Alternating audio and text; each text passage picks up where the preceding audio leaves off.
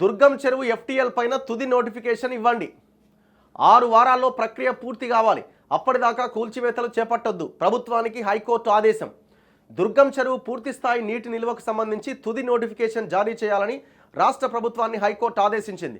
భవిష్యత్తు తరాల కోసం చెరువులను రక్షించుకోవాల్సిన అవసరం ఉందని న్యాయస్థానం వ్యాఖ్యానించింది.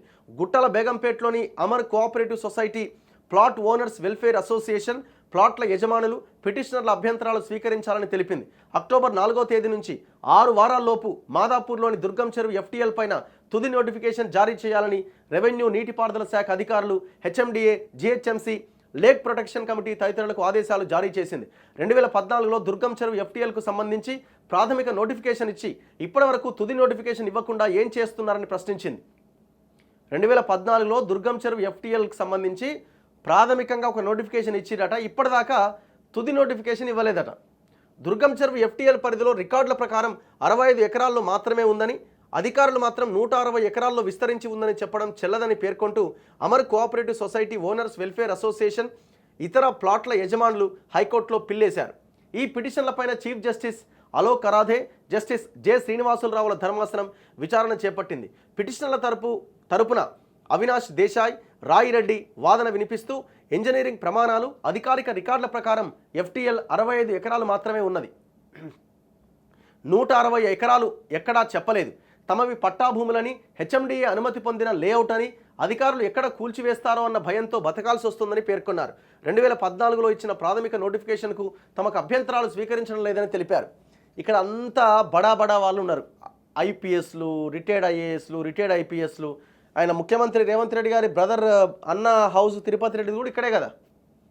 నోటీసులు అంటూ పెట్టిన అన్నింటికి. మరి ఇప్పుడు మిగతా వాటికి ఏమో ఎలాంటి నోటీసులు లేకుండా టక్మని కూల్చేస్తుంది. మరి ఇవెందుకు కూల్చలే?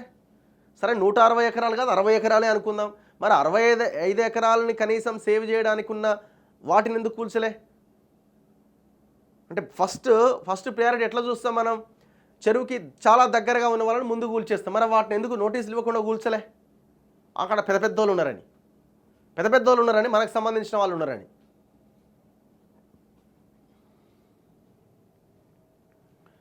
ప్రభుత్వ ఎఫ్టీఎల్కు సంబంధించి తుది నోటిఫికేషన్ ఇవ్వకుండా దుర్గం చెరువు ఎఫ్టీఎల్ ఎంత ఉందో చెప్పడం తమ అధికార పరిధిలోకి రాదని స్పష్టం చేసింది. ముందు ప్రభుత్వం తుది నోటిఫికేషన్ జారీ చేస్తేనే విస్తీర్ణం ఎంతో తెలుస్తుంది. పిటిషనర్ల అభ్యంతరాలు విన్న తర్వాతే తుది నోటిఫికేషన్ ఇవ్వాలని ఆదేశిస్తామని తెలిపింది. నేటి నుంచి వారం లోపుగా పిటిషనర్లు 2014 నాటి ప్రాథమిక నోటిఫికేషన్కు అభ్యంతరాలు తెలపాలి. అక్టోబర్ 4వ తేదీన లేక్ ప్రొటెక్షన్ కమిటీ ఎదుట హాజరై అభ్యంతరాలు వివరించాలి. వాటిపైన లేక్ ప్రొటెక్షన్ కమిటీ స్పష్టమైన ఆదేశాలు ఇవ్వాలి. తర్వాత ఎఫ్టీఎల్ తుది నోటిఫికేషన్ ఇవ్వాలి. మొత్తం ప్రక్రియ అక్టోబర్ 4 నుంచి 6 వారాల్లోగా పూర్తి కావాలి.